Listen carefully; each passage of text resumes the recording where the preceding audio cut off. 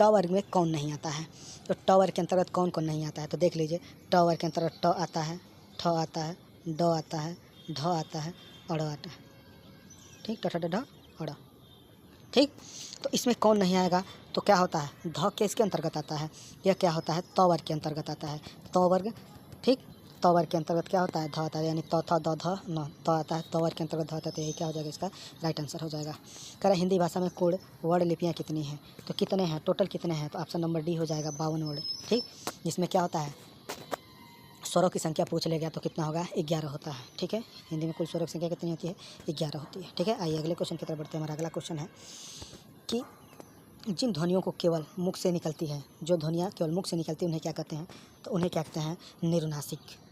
ठीक, निरुनासिक कहते हैं। ठीक, तो क्या होता है? ऑप्शन नंबर बी, ए क्या होता है? अर्धविपरीत के अंतर्गत आता है। ठीक, आइए अगला क्वेश्चन की तरफ बढ़ते हैं। हमारा अगला क्वेश्चन है, कह रहा कि सभी स्पर्श व्यंजन कौन से होते हैं? तो स्पर्श व्यंजन के अंतर्गत आता है क वर्ग, क वर्ग, च वर्ग, प वर्ग, द वर्ग। ठीक, स्पर्श व्यंजन के अंतर्गत कौन कौन आते हैं? क, च, प, द, ये सब क्या है? स्पर्श व्यंजन के अंतर्गत आते हैं। ठीक है ना, आइए अगले के वर्ड के अंतर चलते हैं हम। हमारा अगला है कि सभी महापार वर्णों वाला कौन सा होता है वर्ग? यानी जिस कैटेगरी के अंतर्गत क्या होता है? महाप्राण ध्वनियों को देखा जाता है। तो प्रत्येक वर्ग का क्या क्या होता है?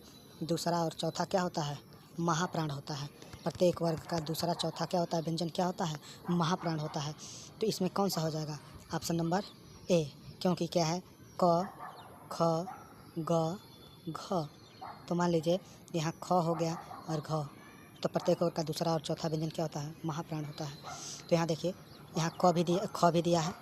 ठीक, देखिए यहाँ क्या दिया है? ख दिया है। तो क के बाद क्या होता है? ख सेकंड नंबर पे आता है। च के बाद छ क्या होता है? सेकंड नंबर पे आता है। ट के बाद क्या है? ठ भी क्या होता है? सेकंड नंबर पे आता है। तो इस तरह से आप लॉजिक भी लगा सकते हैं। तो ऑप्शन नंबर कौन सा हो जाएगा? ए।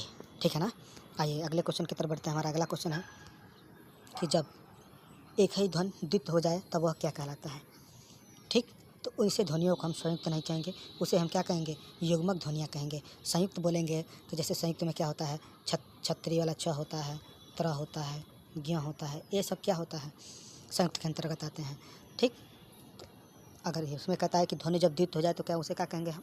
युग्मक ध्वनियाँ कहते हैं। ठीक है ना, आइए अगले के अंतर देखते हैं। कहता है कि हमारा व क्या है? उष्म व्यंजन है, महाप्राण है, अंतस्थ है, अघोष है।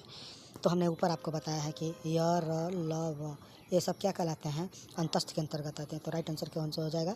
ऑप्शन नंबर बी हो जाएगा। ठीक है ना, आइए लास्ट, सेकंड लास्ट, कह रहा है लिखित भाषा में मूल ध्वनियों के लिए जो चिन्ह माने लिए गए हैं तथा जिस रूप में लिखे जाते हैं उन्हें क्या कहते हैं? तो उन्हें क्या कहा जाता है?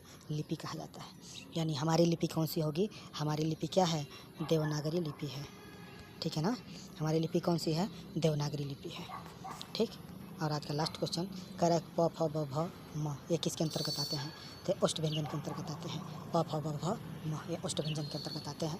तो वीडियो अगर अच्छा लगा हो तो एक बार लाइक ज़रूर करिए। चैनल पर नए हैं तो चैनल को सब्सक्राइब कर लीजिए। और इस तरह से हम आपको पूरे 200 क्वेश्चन करवाने वाले हैं।